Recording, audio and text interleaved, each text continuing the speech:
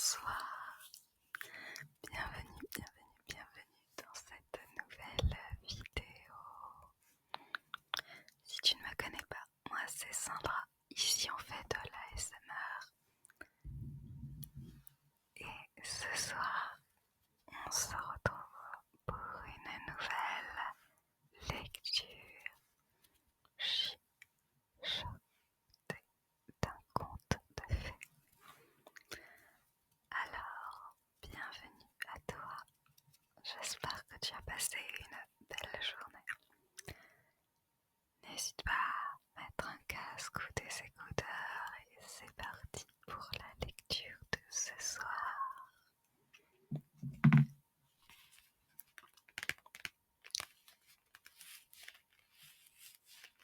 Alors ce soir, on part sur Blanche-Neige. Je te remets la playlist des autres contes que j'ai déjà lus, qui sont issus du même petit coffret.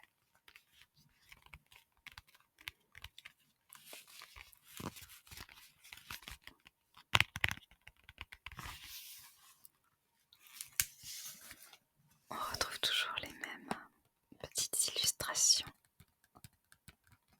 au début et à la fin. Alors je sais pas quel est ton conte préféré, mais moi je déteste l'histoire de Blanche-Neige. Mais pour vous, je vais faire un effort. Il était une fois une très jolie reine. Un jour, tandis qu'elle cousait près de la fenêtre, elle se piqua le doigt avec son aiguille. Une goutte de sang tomba dans la neige accumulée sur le rebord de la fenêtre. Le rouge était si beau dans la neige que la reine soupira. Comme j'aimerais avoir un enfant à la peau aussi blanche que la neige, aux lèvres aussi rouges que le sang, et aux cheveux aussi noirs que l'ébène. La reine qui est en train de coudre. Alors franchement, coudre à sa fenêtre en plein hiver alors qu'on gèle. Ouais,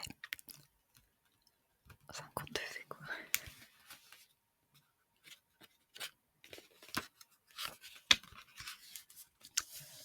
Peu après, la reine donna naissance à une petite fille à la peau blanche comme la neige, aux lèvres rouges comme le sang et aux cheveux noirs comme l'ébène, si bien qu'elle l'appela Blanche-Neige. La petite Blanche-Neige dans son petit berceau. Malheureusement, la reine mourut peu après la naissance de l'enfant. Un peu plus tard, le roi se remaria.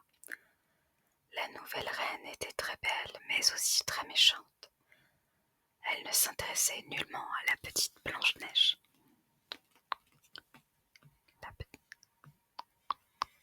La nouvelle reine. La plupart du temps, la reine se regardait dans son miroir magique et chaque jour elle lui posait la même question. Miroir, oh miroir, dis-moi qui est la plus belle. Et le miroir lui répondait toujours. Ma reine, vous êtes la plus belle du royaume. Cette réponse rendait la reine heureuse jusqu'au lendemain. Il fallait alors qu'elle questionne de nouveau son miroir. Plus que tout, elle craignait qu'une autre personne du royaume soit plus jolie qu'elle.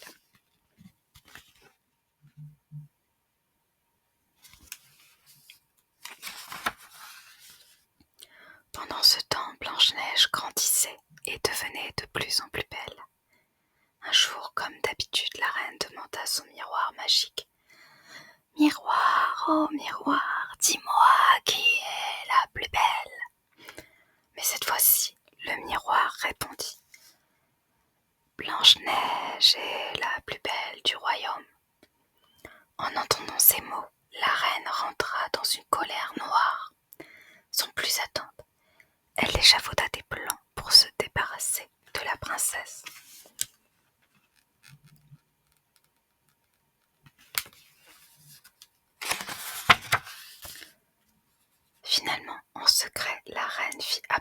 un des chasseurs du royaume.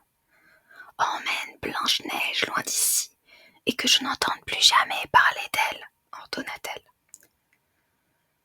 Le chasseur conduisit Blanche-Neige au plus profond de la forêt, loin du château, et l'y abandonna.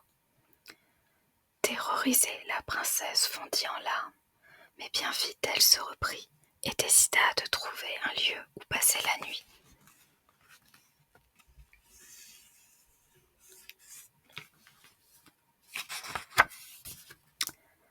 Blanche-Neige erra dans la forêt jusqu'à ce qu'elle arrive à une maisonnette.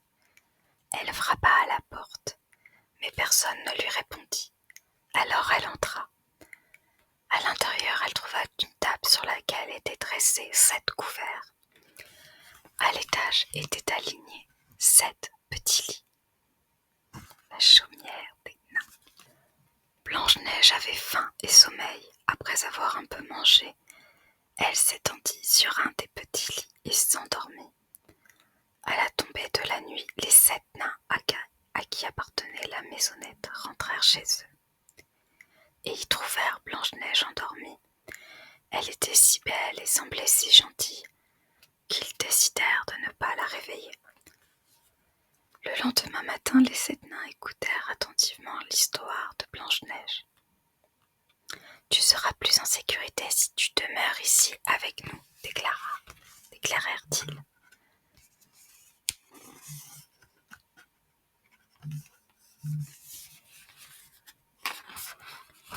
Avant de partir travailler, les nains recommandèrent à Blanche-Neige d'être prudente et de n'ouvrir à personne.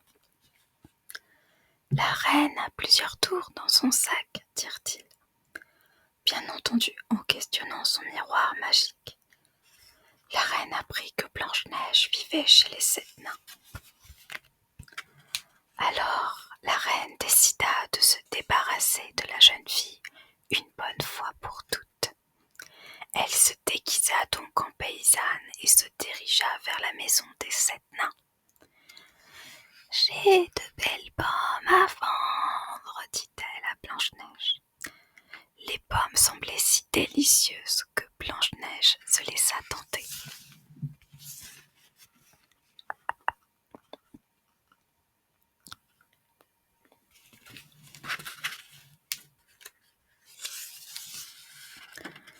Mais la pomme avait été empoisonnée et dès que Blanche-Neige en prit une bouchée, elle s'effondra sur le plancher. Le soir, lorsque les nains rentrèrent chez eux, ils trouvèrent Blanche-Neige étendue par terre. Comme ils ne percevaient aucun souffle, ils crurent qu'elle était morte. Les pauvres nains.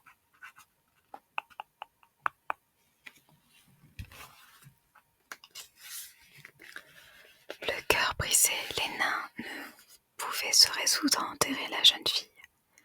Alors ils lui firent un cercueil de verre et l'installèrent en haut d'une colline. Jour et nuit, il y avait toujours un nain qui veillait à ses côtés. Les années passaient et Blanche-Neige donnait toujours l'impression qu'elle dormait.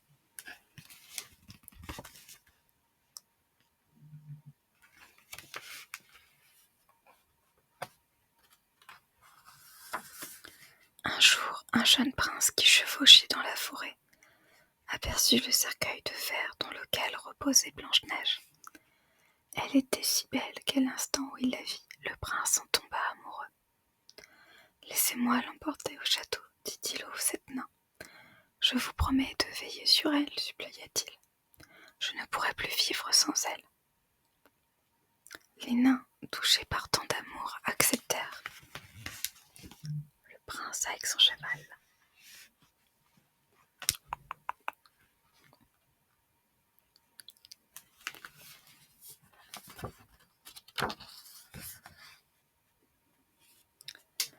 Lorsque les serviteurs soulevèrent le cercueil de verre, le morceau de pomme que la princesse avait avalé se délogea de sa gorge et Blanche-Neige ouvrit les yeux. Dès qu'elle vit le jeune prince, Blanche-Neige en tomba éperdument amoureuse. Peu après, Blanche-Neige et le prince se marièrent et vécurent heureux jusqu'à la fin de leurs jours.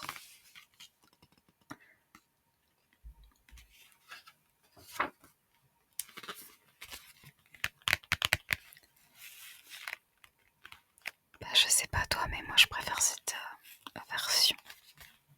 J'avais oublié comment elle était, elle se terminait.